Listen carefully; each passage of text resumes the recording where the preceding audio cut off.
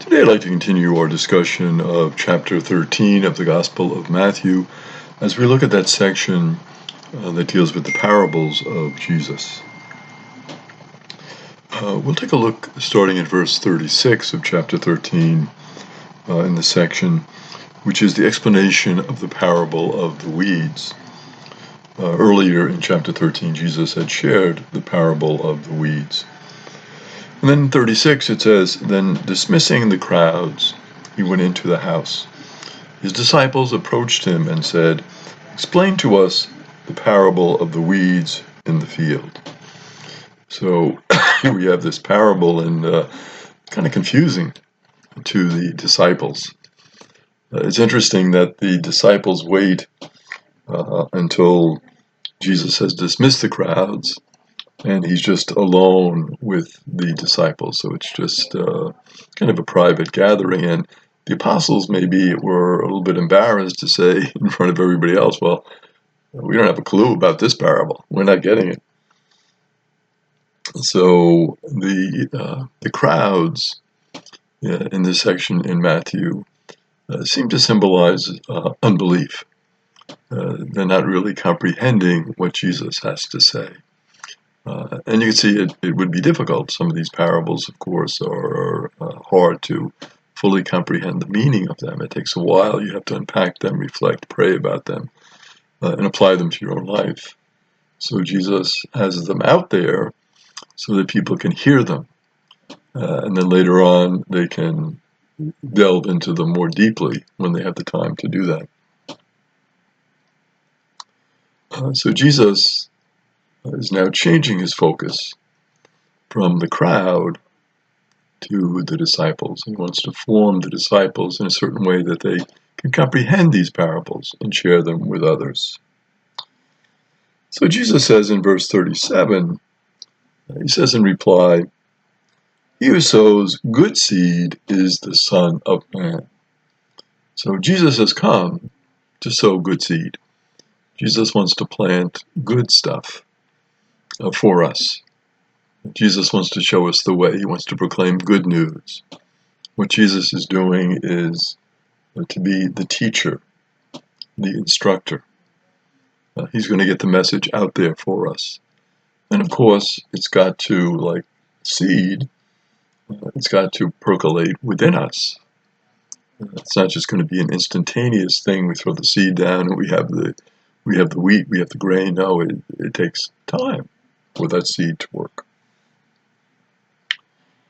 Then Jesus says in verse 38, well, the field is the world. The good seed, the children of the kingdom. The weeds are the children of the evil one. Very interesting here how Jesus situates that when you unpack it a bit. The weeds are right there in the midst of the church. It's not like the church is this pure institution that is not going to have any weeds with it.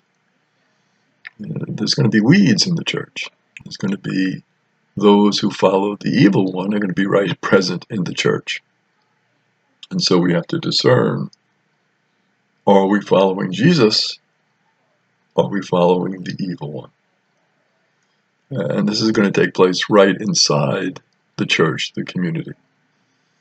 So sometimes people think of the church as a refuge from the world.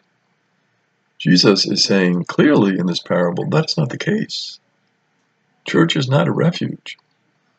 The church is going to have problems. The church is going to have weeds. The church is going to have the evil one. The church is going to have challenges, difficulties, as we, in our day and age, only too well know and have too well experienced with one of the worst scandals, if not the worst scandal of all time, the scandal of the priests abusing innocent children and then covering that abuse up. So that's going to be present, those weeds, the evil, right there in the church.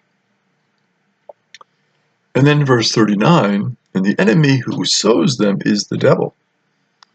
The harvest is the end of the age, and the harvesters are the angels. So there's going to be sowing, not just by the Son of Man. Jesus is sowing, he's sharing the good news, he's sharing his teaching, but there's somebody else who is sowing as well. And that someone else is the evil one, the devil.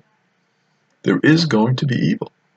Jesus is not naive, he's not Pollyannish, he's not, got the rose-colored glasses on. He's telling it like it is. There is evil. And there's evil right in the church. And it's going to be there. You've got to discern that difference and choose the good over the evil. Not easy. Jesus is not saying it is easy. It's difficult for all of us. So when does the solution to this evil come? Jesus is clear. It is eschatological. The eschaton, the final days, the parousia, is when that evil will finally be dealt with and completely overcome. Until then, it's going to be present. It's going to be around. We have to be aware of it and fight against it. The angels minister the judgment. So the angels are the ones that come down and they take care of the separation of the good and evil, and they do all of that. The ministering of the judgment, thank God, is not up to us. We have to discern. We have to choose the right path. We have to avoid the evil. But we can never be in a position of judging other people. That's up to Jesus. It's up to God. It's up to the angels. It is not in our hands. The church will have unfaithful members. Always good to remember that.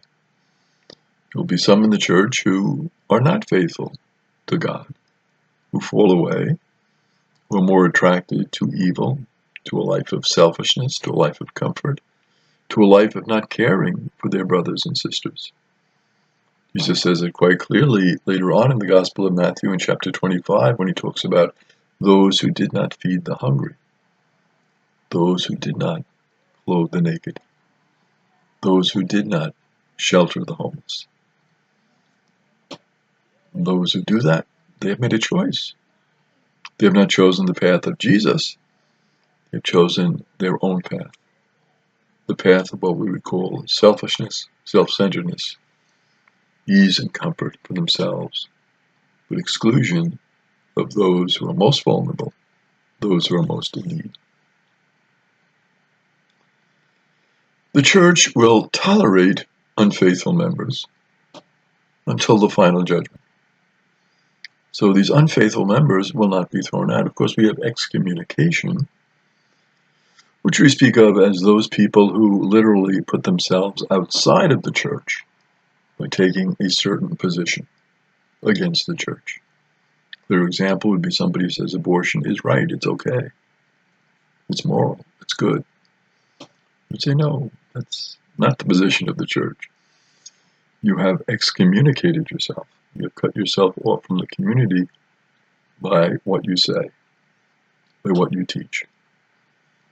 Different from discerning judgment about individuals who have an abortion. That judgment, of course, is left up to that person in terms of their conscience with God.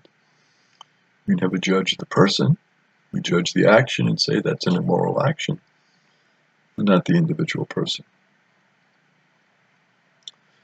The kingdom of God will ultimately be purified. Those who do evil will be separated from that. There will be a purgation. Of course, we refer to that in the classical doctrine of purgatory. There will be a time for purification when those who have embraced evil in whatever fashion are purified. They're made whole. They're cleansed from their sins, from their evil. And they then are able to embrace God, to embrace the good, to embrace a life of love. They have been healed of their hatred, of their selfishness, of their lack of caring for others. There's a purification process that will go on, which we of course refer to as purgatory.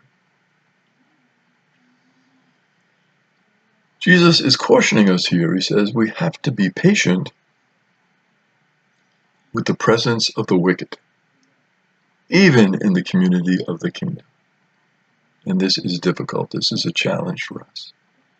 We would like to live in a community where there are no wicked, where everyone is truly one in Jesus. But unfortunately, Jesus says this is not the case. There are those weeds that are growing up. There's also a lot of good seed, a lot of good wheat that's growing, but are those weeds as well.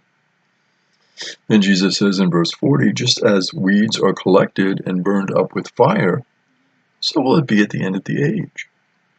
And they are burned up with fire. Why? To preserve the harvest, to preserve the good. It's a necessary thing.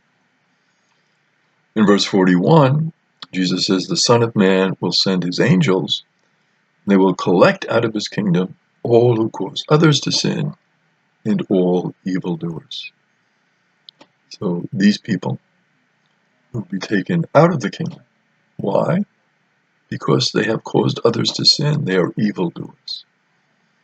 And Jesus then continues to tell us what will happen to those evildoers, as we will find out.